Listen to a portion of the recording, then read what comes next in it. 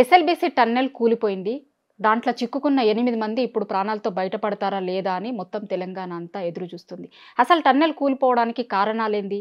ప్రాజెక్టుని 20 నెలల్లోగా పూర్తి చెయ్యాలి అని ప్రభుత్వం అనుకున్నటువంటి తొందరపాటు చర్యలే ఈ ప్రాజెక్టు కూలడానికి కారణమైందా? అనేక అంశాల గురించి మాట్లాడేందుకు మనతో పాటు శ్యాంప్రసాద్ రెడ్డి గారు ఉన్నారు. సార్ నమస్తే అండి. నమస్కారం. సార్ చాలా విషయాల గురించి మాట్లాడుకుందాం. దానికంటే ముందు ప్రభుత్వం మంత్రులు కావచ్చు, నల్గొండ జిల్లా మంత్రులు 20 నెలలలో యుద్ధ ప్రాతిపదికన దీన్ని పూర్తి చేస్తాం ఎస్ఎల్బీసీని అని అన్నారు. అట్లాంటి అంటే స్పీడప్ తొందరగా చెయ్యాలి అనేటువంటి పనుల వల్లే ఇవాళ ఏమన్నా టన్నెల్ కూలింది అనుకుంటున్నారా? కాంగ్రెస్ ప్రభుత్వం వచ్చిన తర్వాత దీన్ని ప్రయారిటీలో పెట్టడం జరిగింది. మెయిన్గా దీన్ని కంప్లీట్ చేయాలనే ఉద్దేశం మీద. ఆ ఉద్దేశం మీదనే వాళ్ళు దాన్ని ఒక ప్లానింగ్ చేసి మీరు త్వరగా చేయాలి, మీకు ఏం సహకారం కావాలంటే దాని ప్రకారంగా వాళ్ళు అడిగిన సహకారం మొత్తం ప్రభుత్వం అందించింది. ఈ ప్రభుత్వమే కాదు, ప్రతి ప్రభుత్వం అందించింది వాళ్ళకు. అంటే ఎందుకు అయితే సార్ ఇట్లాంటి ప్రమాదాలు అసలు కూలిపోవడానికి ఏం జరుగుంటది అనుకుంటున్నారు? అంటే ఇప్పుడు చూడండి, టనల్ అనేది ఏదో కెనాల్ ఎక్స్కవేషన్ కాదు, అది టోటల్గా ఒక కన్ఫైన్డ్ ఏరియాలో మనం ఒక కింద దాదాపు 200-300 మీటర్ల కింద నుంచి వచ్చేటువంటి టనల్ అది కూడా రాజీవ్ టైగర్ శాంక్చురీ నుంచి వస్తున్నది. కాబట్టి వైల్డ్ లైఫ్ శాంక్చురీని ఉన్నది మొత్తం 44 కిలోమీటర్లు. కాబట్టి మనం డ్రిల్లింగ్ బ్లాస్టింగ్ మెథడ్ కాకుండా టీబీఎం మెథడ్తోనే చేయాలనేది సుప్రీంకోర్టు మనకి ఇచ్చినటువంటిది. పర్యావరణ అనుమతి కూడా ఆ విధంగానే వచ్చింది. కాబట్టి టీబీఎంస్తోని ఇంత లాంగెస్ట్ టనల్ ఫర్ ఇరిగేషన్ పర్పస్కు ప్రపంచంలో ఇదే మొదటిది. ఇప్పటి వరకు ఇంత లాంగెస్ట్ టనల్ తవ్వలేదు ఇరిగేషన్ పర్పస్ విత్ టీబీఎంస్తోని. కాబట్టి it is a unique project in that way. ఏదో ఇంతకుముందు ఒకటిగా చేశారు దాని ప్రకారం మనం చేస్తున్నాం కాదు, మనమే ఇప్పుడు దాన్ని క్రియేట్ చేస్తున్నాం. టనల్స్ అన్నప్పుడు మధ్యలో ఇప్పుడు మనం టనల్ అన్నప్పుడు ఏంటంటే చాలా డెప్త్ నుంచి చేస్తున్నాం కాబట్టి గ్రానైట్ జోన్లోకి వెళ్ళిపోతాం. ఆల్రెడీ రాకీ స్ట్రాటల్నే ఉంటుంది కంప్లీట్గా. అందులో మనం డ్రిల్లింగ్ చేసుకుంటూ పోతాం అన్నట్టు. చేస్తున్నప్పుడు మధ్యలో ఒక్కొక్క దగ్గర మట్టి పొరలు వస్తుంటాయి అన్నట్టు. ఒక అవతల రాకీ స్ట్రాట్ అనే ఉంటుంది, ఇవతల రాకీ, రెండు రాకీ స్ట్రాట్ మధ్యలో ఒక మట్టి పొరలు వచ్చేటువంటి అవకాశం ఉంటుంది. ఇక్కడ కూడా అలాంటిదే వచ్చింది. అది ఎంతది 8 మీటర్ల పొర వచ్చింది అక్కడ లూజ్ ప్యాక్. అయితే అందులో నుంచి సీపేజ్ రావడం మొదలుపెట్టింది. ఎక్కడైతే మట్టి ఉంటుందో ఆ నుంచి సీపేజ్ వస్తుంది కదా. ఎప్పుడైతే డ్రిల్ చేసినామో అందులోకి ఎంటర్ అయినామో కాగానే సీపేజ్ స్టార్ట్ అయ్యి దాదాపు మనకు స్టార్టింగ్లో అంటే 4 ఏళ్ల క్రితం వచ్చినటువంటిది అది. అలాంటి షియర్ జోన్ అంటాం దాన్ని.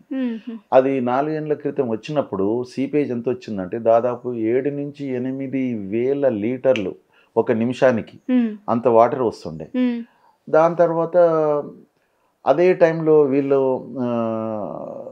వాళ్ళు ఇమీడియట్గా దానికి ట్రీట్మెంట్ చేసి డ్రిల్లింగ్ గ్రౌటింగ్ చేసేసి సీపేజ్ ఆఫ్ చేసేసి తర్వాత జియోలాజికల్ సర్వే ఆఫ్ ఇండియా వాళ్ళతోని చెకప్ చేసేసి మనకు చేయాల్సి ఉంది. కానీ అన్ఫార్చునేట్లీ అప్పటికి ఈ కంపెనీ టోటల్గా డోల్డ్రమ్స్ అంటే ఫైనాన్షియల్గా టోటల్గా అది ఒక దివాళీ తీసే కాడికి అయినట్టు. ఎందుకంటే అంతకుముందు వీళ్ళు సర్దార్ సరోవర్ ప్రాజెక్టు కట్టినటువంటి వీళ్ళు జయప్రకాష్ అంటే ఈ కంపెనీ కంపెనీ జేపీ అసోసియేట్స్ అంటే 42 లక్షల ఎకరాలకు సాగునీరు అందించేటువంటి ప్రాజెక్టు యొక్క డ్యామ్ని వీళ్ళు కట్టిన వీళ్ళు. ఇక్కడ వాళ్ళు అన్ఫార్చునేట్లీ వాళ్ళు ఒక ఫస్ట్ 2 ఇయర్స్ వరకు ప్రాబ్లం లేకుండే. 3rd ఇయర్ నుంచి వాళ్ళకు ఫైనాన్షియల్ ప్రాబ్లమ్స్ వచ్చినాయి. గవర్నమెంట్ అప్పుడున్న ప్రతి గవర్నమెంట్ వాళ్ళకు ఆదుకున్నది. 2009లో శ్రీశైలము ఫ్లడ్డింగ్తో వచ్చి దాని యొక్క డిజైన్ డిశ్చార్జ్ కంటే ఎక్కువ వచ్చిందని అన్నారు కదా. అప్పుడు డ్యామ్ ఉంటుందా పోతుందా ఆ టైం లోపల వీళ్ళది కూడా ప్రొటెక్ట్గా పెట్టుకున్నటువంటి దాన్ని ఓవర్ఫ్లో అయిపోయి మొత్తం ఈ టన్నలు అప్పుడు టీబీఎం వచ్చింది, కొంత పని జరుగుతుందన్నమాట. ఆ టన్నలు ప్లస్ టీబీఎం అన్నీ మునిగిపోయినాయి. అప్పుడు మునిగిపోయిన తర్వాత వాళ్ళకి తీయడానికి ప్రభుత్వం నుంచి మాకు సహకారం లేదు, చేయలేమంటే అప్పుడు 100 కోట్లు అప్పుడు అడ్వాన్స్ ఇచ్చారు 2009లో అప్పుడున్న ప్రభుత్వం. ఆ విధంగా మళ్ళీ తిరిగి డివాటరింగ్ చేసేసి ఆ టన్నల్స్ ఏమేమి పోయినాయో అన్నిటి రిప్లేస్ చేసేసి మళ్ళీ స్టార్ట్ చేశారు. అయిన తర్వాత ఈ కొంత వరకు నడిచింది బాగానే, ఒక 13 కిలోమీటర్ల వరకు పోయిన తర్వాత ఎప్పుడైతే ఈ షియర్ జోన్ అడ్డమైందో అప్పటి నుంచి వీళ్ళు దాన్ని టోటల్గా ట్రీట్మెంట్ చేయడానికి నీళ్లు పట్టింది వాళ్ళకి. అసలు దాన్ని టోటల్గా సీపేజ్ని కంట్రోల్ చేసిన తర్వాతనే డ్రిల్లింగ్ చేయాలి. కాబట్టి ఆ సీపేజ్ 2 years వీళ్ళు పవర్ బిల్స్ కట్టలేని పరిస్థితికి వచ్చిండండి వాళ్ళు. వాళ్ళ యొక్క డ్రిల్లింగ్కు మన పవర్ తీసుకుంటారు కదా, అది వాళ్ళు దాని బిల్లు కట్టకపోతే వాళ్ళు కట్ చేస్తారు కదా, కట్ చేసేసిండ్రు వాళ్ళు. నేను అనుకోండి ఇండియాలో ఎక్కడ జరగకుండొచ్చు, ఒక వీళ్ళకు పవర్ని కట్ చేయొద్దు, వాళ్ళ యొక్క బిల్స్ని మేమే కట్ చేసి మేము మీకు ఇస్తామని చెప్పేసి government it has taken decision in cabinet decision తీసుకున్నది, క్యాబినెట్ మీటింగ్లో పెట్టి. ఏ గవర్నమెంట్ పీరియడ్ సార్? అలా పోయిన గవర్నమెంట్, బీఆర్ఎస్ గవర్నమెంట్. ఎస్. కానీ వాళ్ళు ఏం చేయలేదు, 10 ఏళ్ళు అంటున్నారు కదా సార్. ఇప్పుడు వీళ్ళు చేయకపోవడం కాదు, ఏం చేస్తారు వాళ్ళు? వాళ్ళ డ్రిల్లింగ్ చేసేది గవర్నమెంట్ చేయదు కదా, వీళ్ళు చేయాలి కదా. వాళ్ళకి కావాల్సిన అడ్వాన్సులు ఇచ్చారు. ఒకసారి బేరింగ్ పోతే మాకు బేరింగ్ పోయింది, ఖాళీగా కూర్చున్నారు, బేరింగ్ ఇచ్చినామన్నారు. దాని తర్వాత వాళ్ళ దగ్గర పైసలు లేవు, పైసలు లేకపోతే అడ్వాన్సులు. నేను కూడా కొంత హరీష్ రావు గారితో మాట్లాడి చేసి ఒక 65 కోట్లు అడ్వాన్సులు ఇప్పించడం జరిగింది. ఎప్పుడైతే మనం అడ్వాన్స్ ఇచ్చినామో అప్పుడు పోయి తీసుకొని వచ్చారు అన్నట్టు. తీసుకొని వచ్చిన అదే బేరింగ్ కొన్ని నెలలు నడిచింది. అంటే వాళ్ళ పరిస్థితి చూడండి, ఎటువంటి సర్దార్ సరోవర్ కట్టినటువంటి ఏజెన్సీ ఇక్కడ ఒక 30-40 కోట్ల గురించి ఆగిపోయింది. అక్కడ కరెంట్ బిల్లు 3-4 కోట్లు కరెంట్ బిల్లు కట్టక ఆగిపోయింది.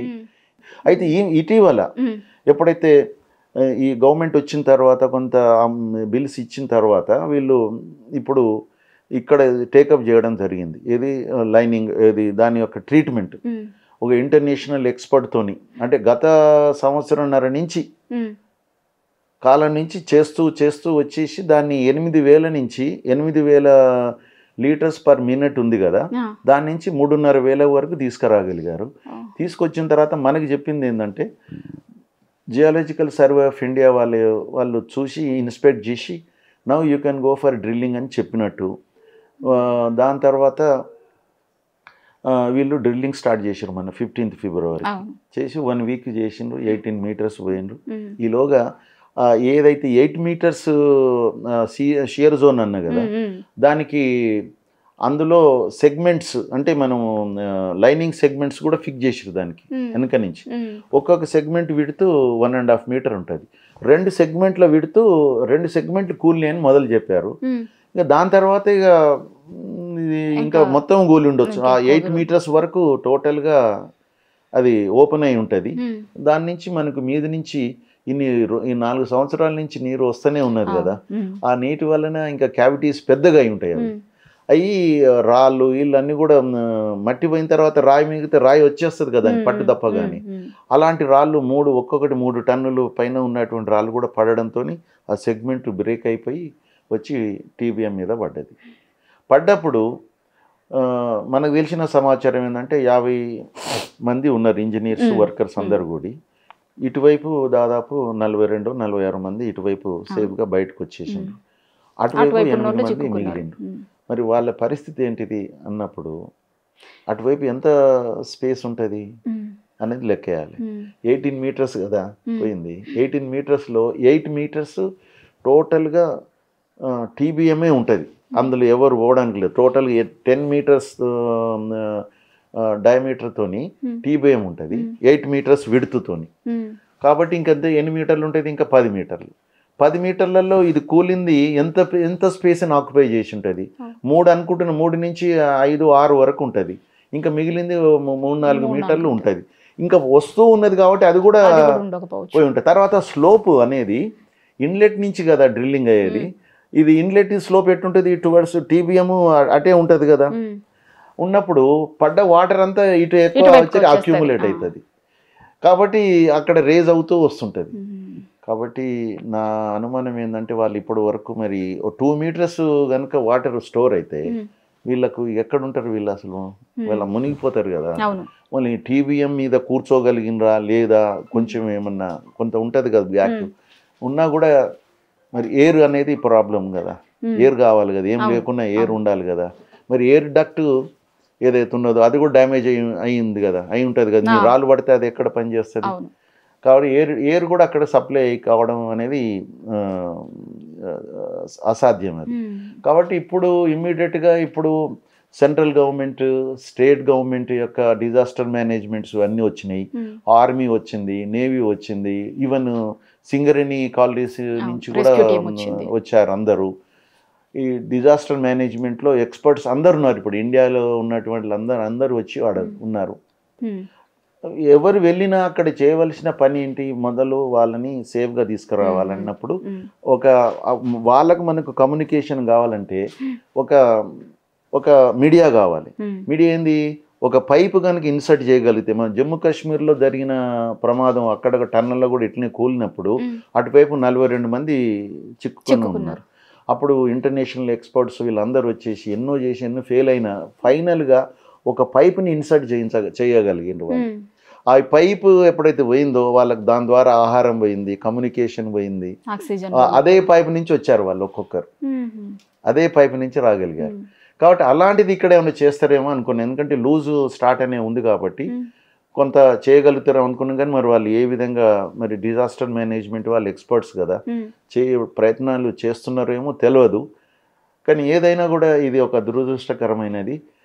తర్వాత ఇంకొకటి, ఇది టోటల్గా వైల్డ్ లైఫ్ శాంక్చురీలు ఉన్నది కాబట్టి దీనికి ఎక్కువ మనము సబ్స్ట్రాటా ఇన్వెస్టిగేషన్ చేయలేకపోయినారు. ఎందుకంటే యూజువల్గా వేరే దగ్గర టన్నల్ ఉన్నట్టయితే అక్కడక్కడ బోర్లు కొడతాము, దాని స్టార్ట్ ఎట్లుందో తెలుస్తుంది. We can move on the surface of the tunnel. Tunnel యొక్క పై భాగంలో మనం తిరగగలుగుతాం. కానీ ఇక్కడ మనం లోపలికి ఎంట్రీ కావడానికి వీల్లేదు. ఇటు 44 కిలోమీటర్స్, ఇటు నుంచి అటు నుంచి తర్వాత పైనుంచి చూడాల్సిందే. ఆ పైన కూడా ఇచ్చిన మనకు దాంట్లో ఏరియల్ సర్వే కూడా సర్టన్ డిసిబుల్స్, 5 decibels కంటే ఎక్కువ సౌండ్ కూడా రాకూడదు. కింద వస్తే క్రిమి కీటకాదులకు వాళ్ళకి డిస్టర్బెన్స్ అవుతుంది అని చెప్పేసి అది ఒకటి ఉన్నది. కాబట్టి ఇన్ని రెస్ట్రిక్షన్స్తోని ఆ పని జరుగుతున్నది. కానీ ఒక యూనిక్ ప్రాజెక్ట్ కంప్లీట్ అవుతుంది అనుకున్న దశలో, ఎందుకంటే తిరిగి డ్రిల్లింగ్ కూడా స్టార్ట్ అయింది.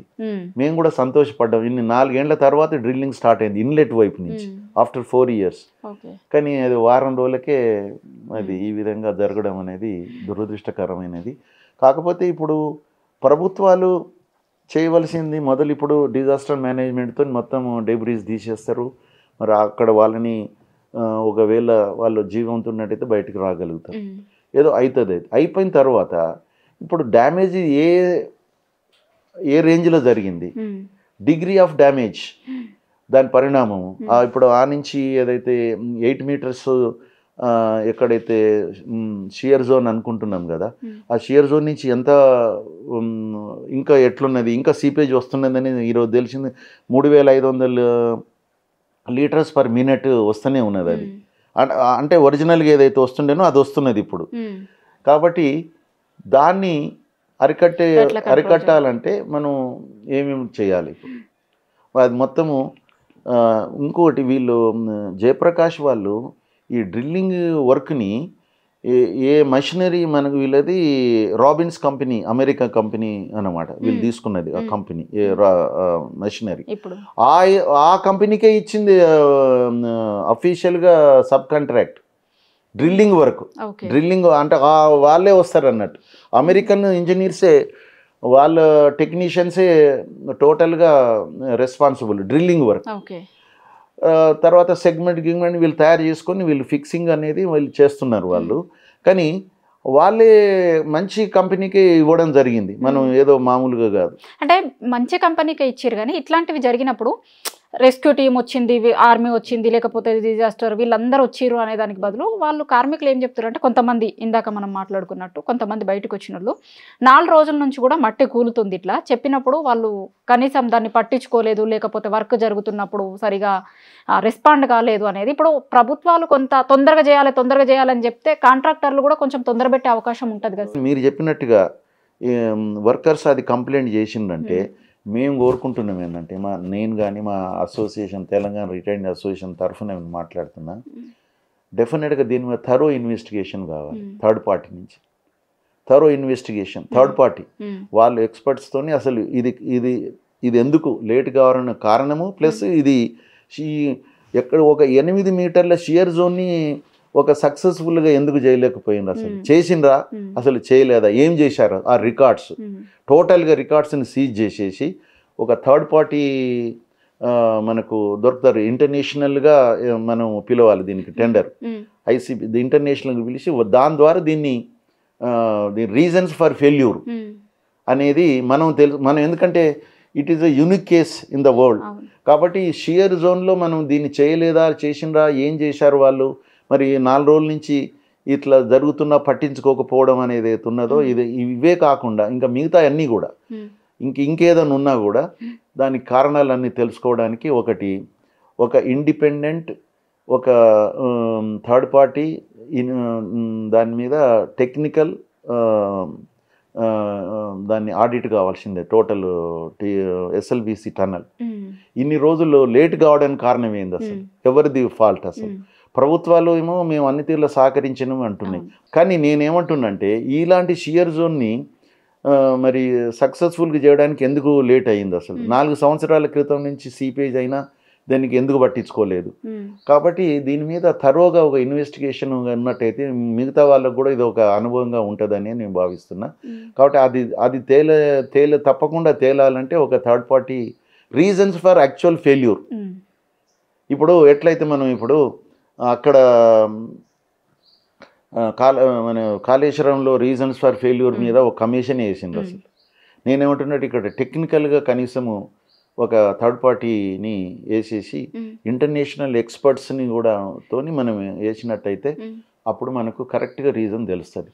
ఇప్పుడు ఏజెన్సీది ఏమైనా ఏజెన్సీదా లేకుంటే ప్రభుత్వం తరఫున ఏమన్నా దాన్ని ఏమంటారు పట్టించుకోకపోవడమా, అవన్నీ కూడా అందులో తేటతెల్లమయ్యే అవకాశాలు ఉన్నాయి. కాబట్టి ఉన్న రికార్డ్స్ అన్నిటిని కూడా సీజ్ చేసేసి మొదలు వాళ్ళకు ఇమ్మీడియట్గా ప్రభుత్వం చేయవలసిన పని ఇదని నేను భావిస్తున్నాను. ఇప్పుడు టన్నెల్ బోరింగ్ మిషన్ పనికిరాదు అని కొంతమంది వాళ్ళ ఇంజనీర్లే చెప్తున్నారు. ఇప్పుడు ఈ ఇన్సిడెంట్ జరిగిన తర్వాత నిన్న మొన్న కొంతమంది ఇంజనీర్లు అక్కడ పనిచేస్తున్నటువంటి వాళ్ళు బయటకు వచ్చిన వాళ్ళు ఉన్నారు కదా, దాంట్లో నుంచి కొంతమంది బయటకు వచ్చినారు. ఇప్పుడు 50 మందిలో కొంతమంది బయటకు వచ్చినారు కదా సార్. ఈ ఇన్సిడెంట్ జరిగిన తర్వాత అక్కడ ఆ మిషన్ పనికిరాదు అని చెప్తున్నారు. నిజంగానే అట్లా రాకపోతే ఇప్పుడు ఆ ప్రాజెక్ట్ భవిష్యత్తు ఎట్లుంటుంది సార్? మనకు తెలిసిన సమాచారం ఏంటంటే దాదాపు ఒక 3 టన్నులు వే చేసేటువంటి బరువు ఉన్నటువంటి రాళ్ళు పడ్డాయని చెప్తున్నారు. కాబట్టి 3 టన్నులు రాయి అంత మీద నుంచి పడ్డప్పుడు డెఫినెట్గా డ్యామేజ్ అవుతుంది. డ్యామేజ్ కావడానికి ఆస్కారాలు చాలా ఉన్నాయి. కాబట్టి డ్యామేజ్ ఎప్పుడైతే అవుతుందో ఆ టీవీఎంని టోటల్గా బయటికి తీసుకురావాల్సిన అవసరం ఉంటుంది. దాన్ని రిపేర్ చేస్తారా, రీప్లేస్ చేస్తారా, రిపేర్ అవుతుందా, రీప్లేస్ చేయాలన్నా అనేది మనం బయటకు వచ్చిన తర్వాత చూస్తే తెలుస్తుంది. మొదలు డెబ్రీస్ని క్లియర్ చేసి దాని తర్వాత దీని గురించి ఆలోచించే అవకాశం ఉంటుంది. ఇప్పుడు మనకు వాళ్ళు చెప్పిన దాని ప్రకారంగా డెఫినెట్గా అది డ్యామేజ్ అయ్యే అవకాశాలు ఉన్నాయి. కాకపోతే హెడ్ రీచ్లో ఉన్నటువంటి టన్నల్ యొక్క ఫస్ట్ దాని యొక్క ఫేస్ ఏదైతే ఉందో అది సేఫ్గా ఉండొచ్చు ఆ 8 మీటర్స్ వరకు. ఇక మిగతాదంతా కూడా కొంత డ్యామేజ్ అయ్యే అవకాశాలు. ఒకవేళ డ్యామేజ్ అయితే ఎట్లుంటుంది సార్ ప్రాజెక్ట్ భవిష్యత్తు ఎట్లుంటుంది? ఇప్పుడు ఫైనాన్స్గా మనం ఉన్నట్టయితే డ్యామేజ్ ఈజ్ నాట్ ఏ పెద్ద బిగ్ థింగ్. దాన్ని మళ్ళీ తీసి ఇప్పుడు టీవీఎంలు మనకు చెప్పిన ప్రకారంగా దాని రేటు 200 to 250 crores, 200 నుంచి 250 కోట్లు. ఇంకా ఇప్పుడు ఇది 20 ఏళ్ల క్రితంది కాబట్టి దీని టెక్నాలజీ అసలు అబ్సల్యూట్ అయిపోయింది అసలు. అయినా ఇప్పుడు ఏదన్నా రిపేర్ చేయాలంటే ఏదన్నా పార్ట్ కావాలంటే టోటల్గా ప్రత్యేకంగా దీన్ని మొత్తం చేసి ప్రత్యేకంగా ఆర్డర్ మీద చేసుకోవాల్సిందే, నీకు స్పేర్ పార్ట్ దొరకదు దీన్ని ఏది కూడా. కాబట్టి అటువంటి పరిస్థితులలో ఇప్పుడు రిపేర్కి వచ్చింది అది.